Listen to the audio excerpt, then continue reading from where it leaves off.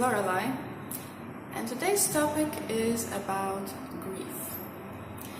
Grief is usually associated with death, but there is so many more cases where grief is present, and those are the cases I would like to talk to you about, because we all know how painful it is to lose a loved one who goes up to heaven, to a different world, whatever it is that you believe, what is happening in the afterlife.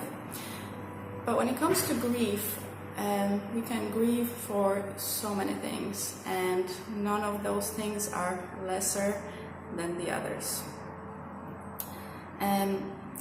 Sometimes we don't think that grief is appropriate, and we don't think that the grief is exactly what we are feeling in the moment. Situations such as losing a job, or separating from your partner, or maybe your child moving out, or having a fight with you and not talking to you. Those are the situations where grief is present. We may think that we're angry or sad or depressed or lost, but what we're actually going through is grief. Now, when it comes to grief, there is a few different stages of grief. According to Kubler-Ross model, there is 5 stages of grief. First comes denial, then comes anger, then comes bargaining, and depression, and the last one is acceptance. I found a bit different model that I find it's more appropriate or more accurate, where the first thing that we experience when we lose something or someone that we cared about very deeply is shock. When something happens unexpectedly, like you being fired from your job, or having a fight that has unforeseen circumstances, such as not being able to be in contact with someone, first thing that comes is shock. So you do not believe that this just happened. And the shock state may last longer or shorter, but it's this very initial strong feeling that shatters your whole world. And it's good to kind of recognize that, because when you are in shock, it's as though you are on a different planet. Like, you may feel like your life is not your own anymore, and you just kind of jump from one multiverse to another, and you're like, oh, what the hell is happening in my life? So when you recognize the shock state and you stay with it, because this is something that I want to emphasize, that all of the stages of grief are to be accepted and felt, and something that you need to go through in order to go to the next stage.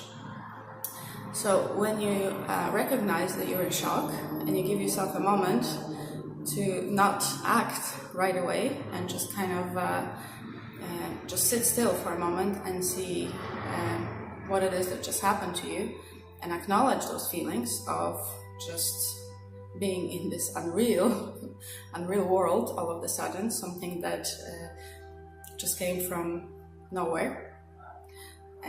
When you kind of sit with this for a moment, then you will be able to go to the next stage, and the next stage, and the next stage. And I'm a very, very strong advocate of acknowledging all of your feelings and accepting all of your feelings in the moment, which doesn't mean that you need to stay in those feelings forever and ever and ever. And actually, when you stay with your feelings and accept them and feel them, allow yourself to feel them, this is when they will go away faster. As hard as it is, yes, it is important to stay with your feelings. So after the initial shock, there comes a feeling of denial. Denial is when, first there comes shock, and you're like, oh my God, what just happened? And then you just tell yourself, like, no, it's impossible. How could a person who has been so nice to me for so long, a person who said they love me, a person who cared for me, just drop me all of a sudden? How is it possible? And then you look for all different kinds of reasons for it, explanations. Maybe you start blaming yourself or you blame the other person, but you still don't acknowledge that this actually happened, that this is a situation you're in and it's not going to change. So in the denial stage, some people kind of act as though this is just temporary. Then, and some of the situation may just be temporary, but it's not really good to fool yourself into thinking that if somebody doesn't want to have contact with you, or if your company closed and there's no jobs available, then all of a sudden the company just will just reappear from thin air and then hire you back. Or this person who doesn't want anything to do with you all of a sudden will change their mind and want to be in a relationship with you again. When you accept that you're in a stage of denial and that you're just making excuses and to disagree with reality, and reality is what it is, then you'll be able to get past it. But when you're in denial, you step away from reality, you start fighting with reality. And I do believe that we create our own reality, but then what I'm talking about here is just acknowledging the present moment. If the situation is what it is in the present moment, there is nothing you can do or say or think to change this situation in this particular moment. It is what it is. You're out of a job, there is nothing you can do about it in this moment, so do not deny the fact that this just happened. Do not deny the fact that somebody hurt you. Do not deny the fact that your children have grown up and moved away. It's just part of life. So sit with your denial for a bit.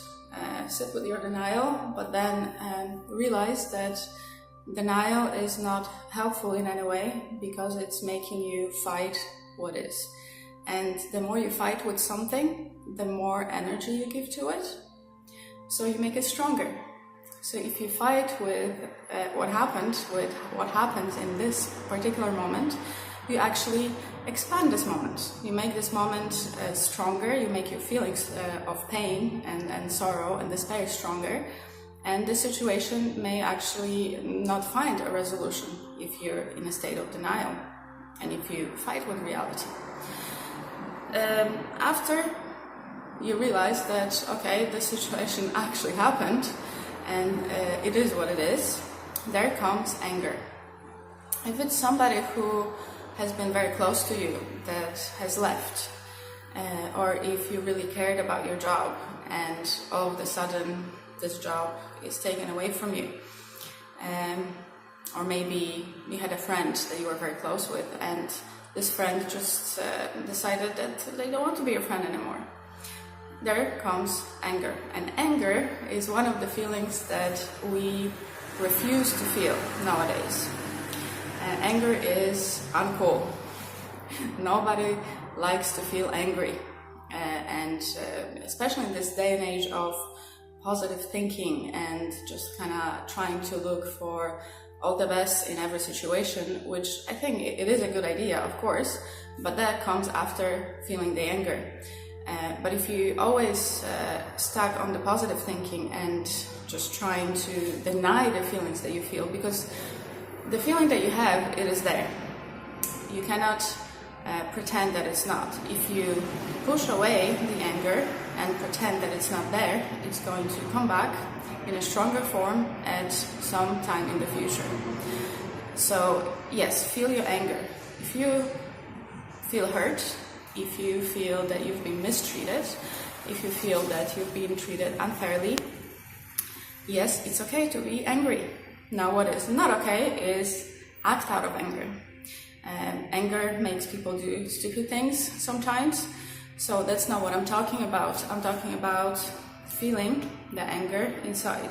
Allow yourself to feel angry. If you want to express this anger in some specific way, there is a great tool when you take pen and paper or just use your computer and write a letter to the person that you are angry with, but do not send it. It's not about sending the letter, it's about venting, it's about releasing that angry feelings and angry thoughts and all the reasons why you're angry and all this pain, just releasing it out of yourself onto a piece of paper or a computer screen. But it's not about making the other person pay. It's not about hurting them. Because like in reality, everybody does what they think is best for them. So everybody lives in their own world. So maybe for them, this was the next step on their personal journey. Maybe your relationship was there just for a specific amount of time, for a specific purpose. And the purpose has been achieved for this other person. And you don't know what the lesson is in this situation for you just yet, but you will find out eventually. But it's not about lashing out the anger at the other person. It's about releasing the anger from you. So, as I said, writing a letter, not sending it, is a really, really great tool. I love art as a medium of expression of emotions. So you can just take a piece of paper, some crayons or canvas and paint if you want, and just start playing with colors. Just go for the colors that feel good to you in this moment, feel appropriate to you in this angry moment, and lash it all out onto an art piece. It doesn't matter what the result will be. You don't have to keep whatever you created. It's about expressing those emotions, not keeping them inside. So yes, feeling them, feeling the anger is very, very important. And I will emphasize on that anger is one of the most known causes for a lot of physical illnesses. Because when we push down the anger, we do not acknowledge the anger when we want to be good people, we want to be nice people to everyone. This anger just gets bottled up somewhere inside of us. So either it's going to blow up in a form of anxiety, depression, or it can affect your physical body. You can get cancer, you can get aches and pains, any other diseases. Like when you're bottling down the emotions and you're not feeling them, you pretend they don't exist, they will show up in many different ways. Your immune system will go down, so you may catch bugs everywhere, you may just get a cold every 2-3 weeks, or anything else.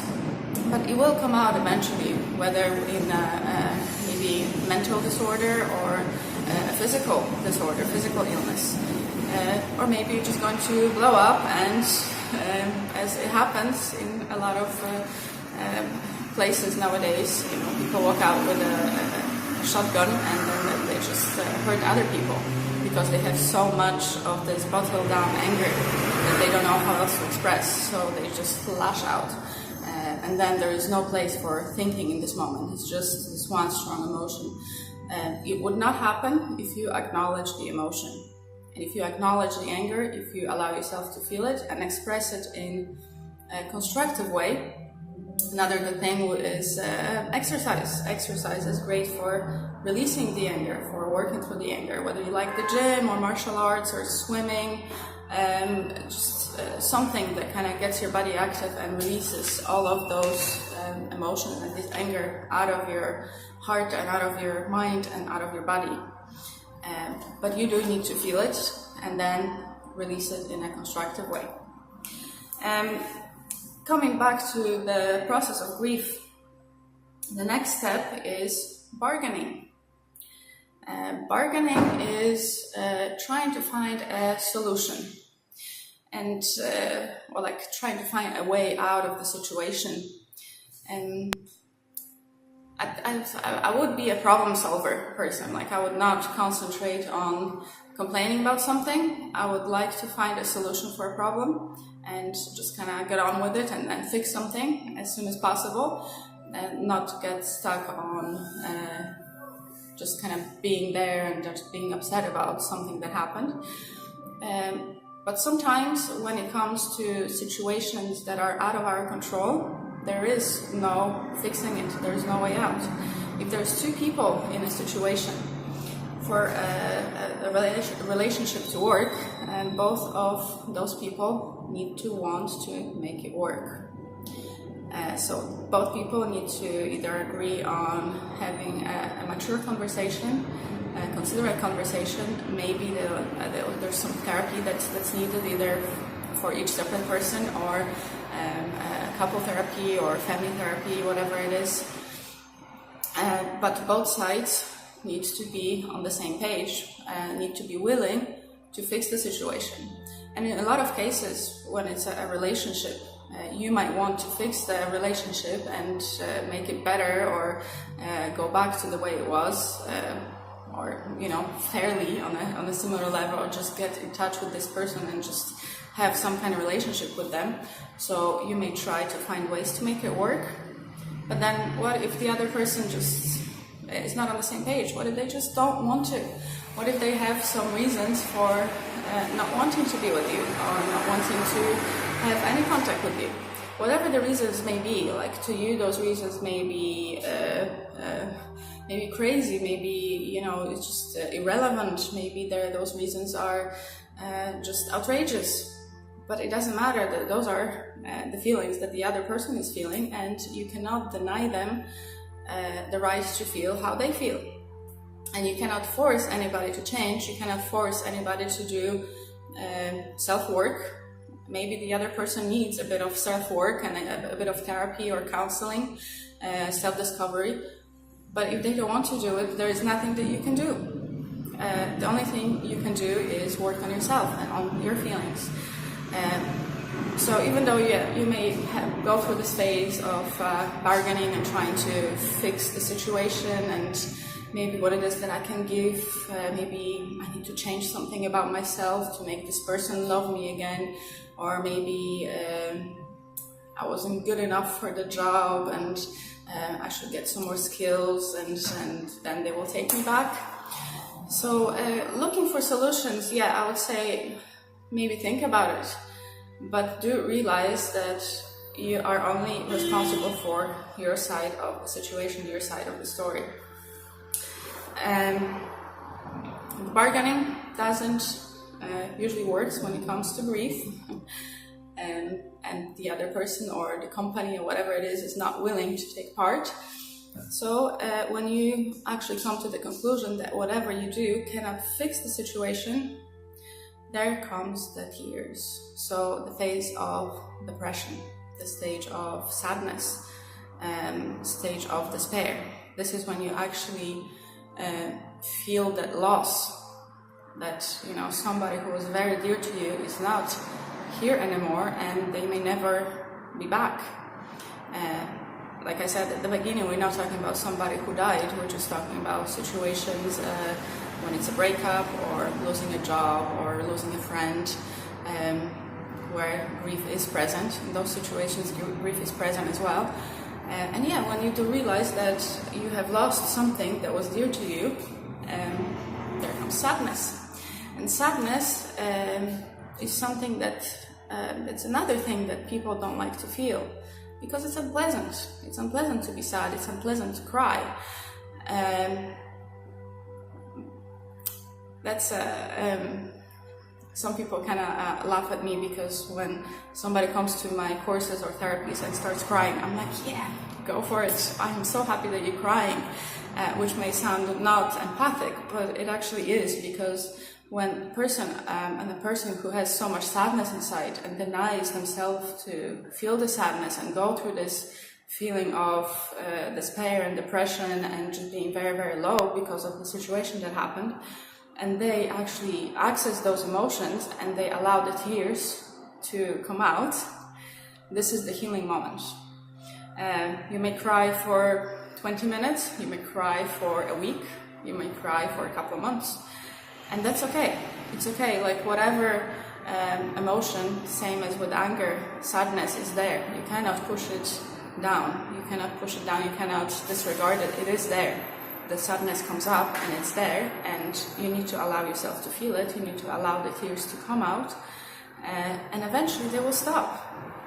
The tears will stop because you allowed them to come out. If the tears don't stop, again, physical illness, anxiety, depression as a mental illness depression. What is considered mental illness depression is the feelings of sadness or grief or feeling low that have not been addressed. This is this prolonged sadness. And at some point, people who are depressed, they don't even know why they're depressed. But there is a reason somewhere in the past that something happened that they have not acknowledged. They have not felt the pain. They have not felt the sadness.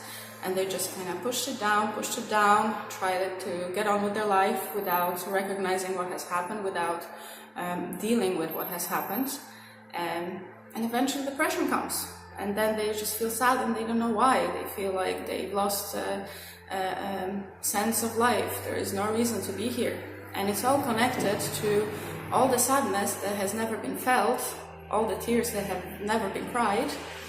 And it's just until they actually are able to connect with this part of their life. Sometimes maybe that's something that they even pushed out of their memory. So it's hard to find it. But people who are depressed, they need to find what is the cause, the root cause of the depression, where it has started, when has it started, what caused it, and connect with those emotions, release those emotions, and then depression disappears, because it's just a very, very long and prolonged unfelt sadness. And so that's why I always encourage you, if you feel sad, feel it in the moment. If you feel angry, feel it in the moment. Allow yourself to feel the emotions in the moment, and that way they will be released, they will be acknowledged, they will be accepted, and you will be able to move on. There is another part of stages of grief from the extended model, which is called testing. Testing is kind of going up the scale of emotions, so it is about trying to see what it is that you can actually do to make a situation better for yourself. What is it that you can do for yourself in this moment? What is actually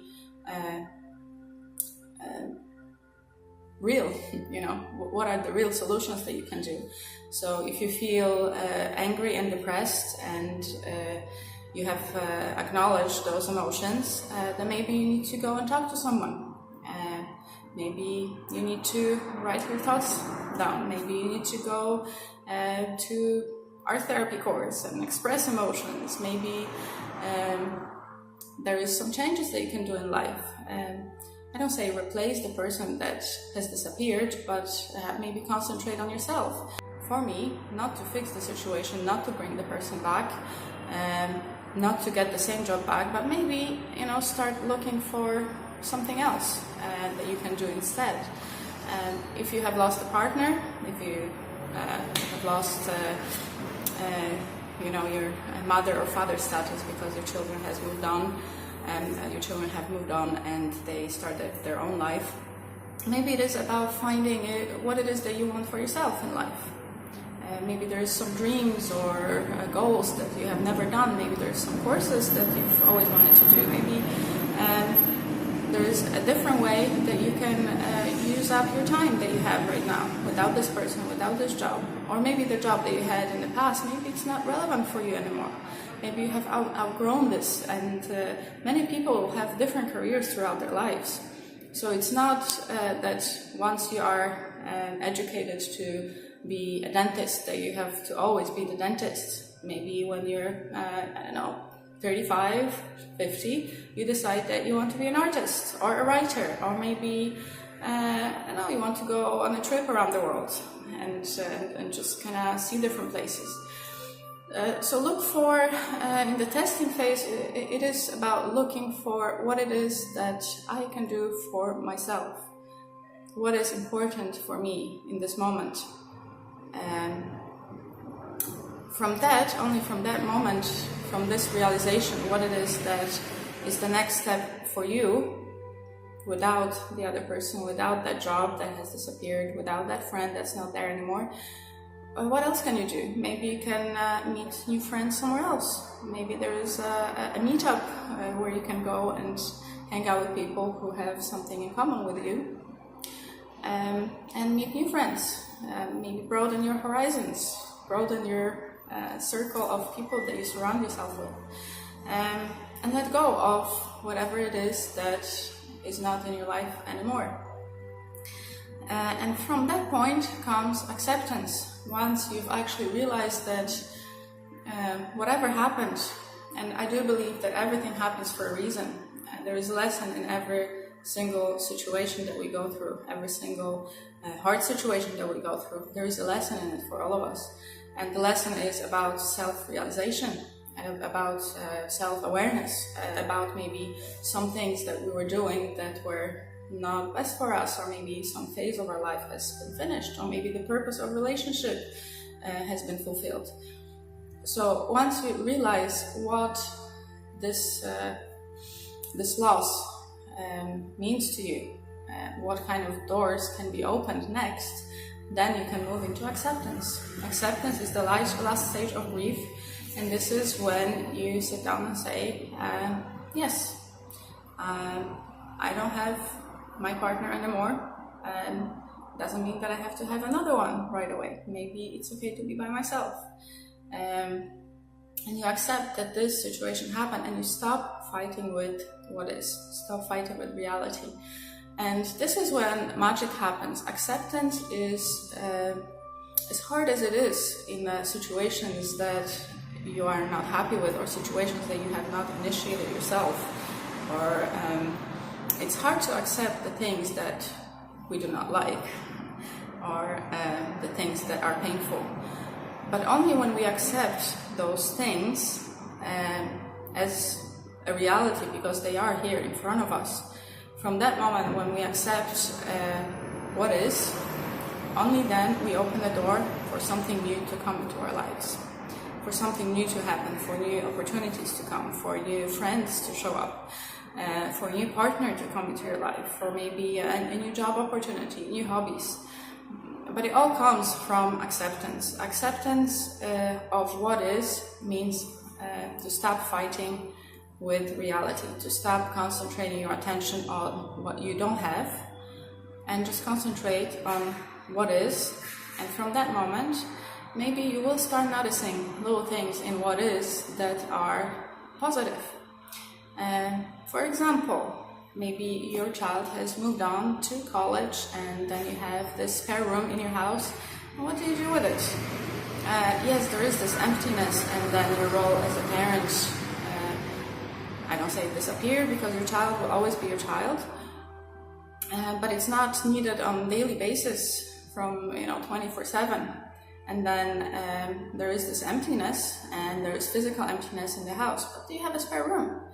Maybe you've always wanted to have a gym equipment in your room, remodel the room, do something with it for yourself. Find the things that you can do for yourself. And that comes from the previous stage of testing. So you test what it is that is possible, but once you accept it, then those opportunities will show up. And then you look at this room, empty room, and it's like, oh my God, I actually have so much space, so much more space for myself. Or you think about time, and there comes a realization that now you have so much time for yourself. So maybe you can go on holidays without having to worry about taking care of somebody else. Or maybe you can sign up to a course. Maybe you haven't read a book in a long time because you didn't have time for that, and now you can do it. Acceptance is the key to changes coming into your life. I will talk more about acceptance in a separate video. I think I just wanted to go back to the grief topic and those stages that I was talking about. Again, just to kind of summarize, it is the most important thing to acknowledge each stage as you are going through it, accept it, feel your emotions as they happen in the situation. Allow yourself to feel it. Don't judge yourself for feeling how you feel. It is okay. If you have lost something, it's okay to go through all those stages. And awareness of those stages being present, to knowing what are the stages of grief, gives you hope as well, because if you are in a phase of anger, then you know that when you actually feel your anger, express it, acknowledge it, then after that, eventually, there will come acceptance after the next few steps. So it does give hope to have awareness of what is going on. Yeah. Feel your feelings, guys. Do not think that only death is a reason for grief. Any kind of loss is a reason for grief. And it's okay to grieve. It's okay to give yourself this time to grieve. And if you do that, if you stay with all the feelings that you are going through, all the stages that you are going through, you will move through the grief faster and you will come out stronger on the other end. And that's what I wish for you for today. I hope you have found this video useful.